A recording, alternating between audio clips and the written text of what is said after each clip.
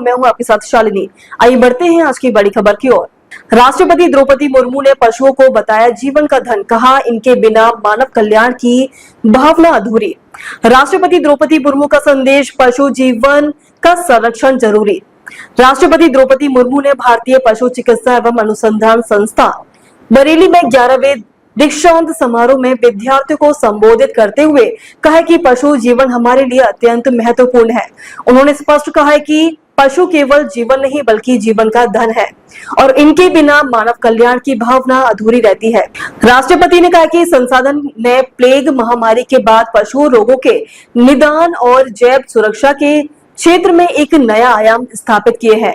राष्ट्रपति ने अपने संबोधन में डिग्री प्राप्त करने वाले छात्र छात्राओं से अपील की है कि वह अपने ज्ञान और कौशल का उपयोग बेजुबान पशुओं के कल्याण के लिए करें। उन्होंने कहा कि पारिस्थितिकी संतुलन बनाए रखने के लिए सभी जीव जंतुओं का स्वस्थ रहना आवश्यक है। मानव, प्रकृति और पशु तीनों एक दूसरे पर निर्भर है। राष्ट्रपति ने गिद्ध जैसे विलुप्त होते प्राणी का उदाहरण देते हुए कहा कि ये रासायनिक दवाओं के अंधाधुंध इस्तेमाल का नकारात्मक परिणाम है। उन्होंने वैज्ञानिकों और नए पशु चिकित्सकों से अपील की है कि वे इस दिशा में काम करें ताकि इन हानिकारक प्रभावों को रोका जा सके। केंद्रीय कृषि मंत्री ने इस अवसर पर कहा कि विकसित कृषि संकल्प अभियान के तहत देश के हर जिले में 2000 वैज्ञानिकों टीमों को भेजा जाएगा, जो किसानों को आधुनिक कृषि पद्धतियों, उन्नत नस्लों, तकनीकी खेती और बागवानी के बारे में मार्गदर्शन देगी।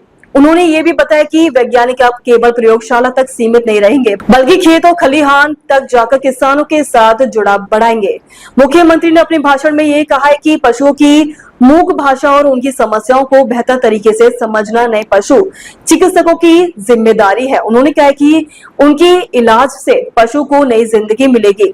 मुख्यमंत्री ने कोरोना महामारी के दौरान IBRI की भूमिका का विशेष उल्लेख किया है और बताया कि इस दौरान संस्थान से प्रदेश सरकार की मदद से 2 लाख से अधिक कोविड परीक्षण किए थे, जो मानव जीवन रक्षा में सहायक साबित हुए।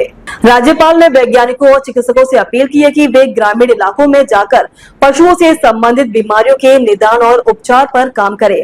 उन्होंने कहा कि गांव में किसानों और महिलाओं पशुओं की समस्याओं को बेहतर तरीके से समझाती है, इसलिए उनका सहयोग आवश्यक है।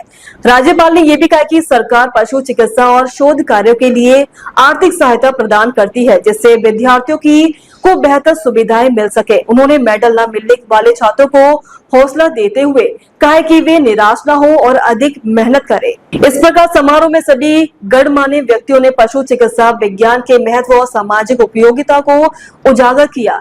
नए पशु चिकित्सकों को वैज्ञानिकों से अपेक्षा जताई कि वे न केवल तकनीकी ज्ञान अर्जित करें बल्कि इसे समाज की सेवा में लगाएं। मानव, पशु और प्राकृतिक के बीच संतुलन बनाए रखने की दिशा में उनकी भूमिका अत्यंत अहम होगी।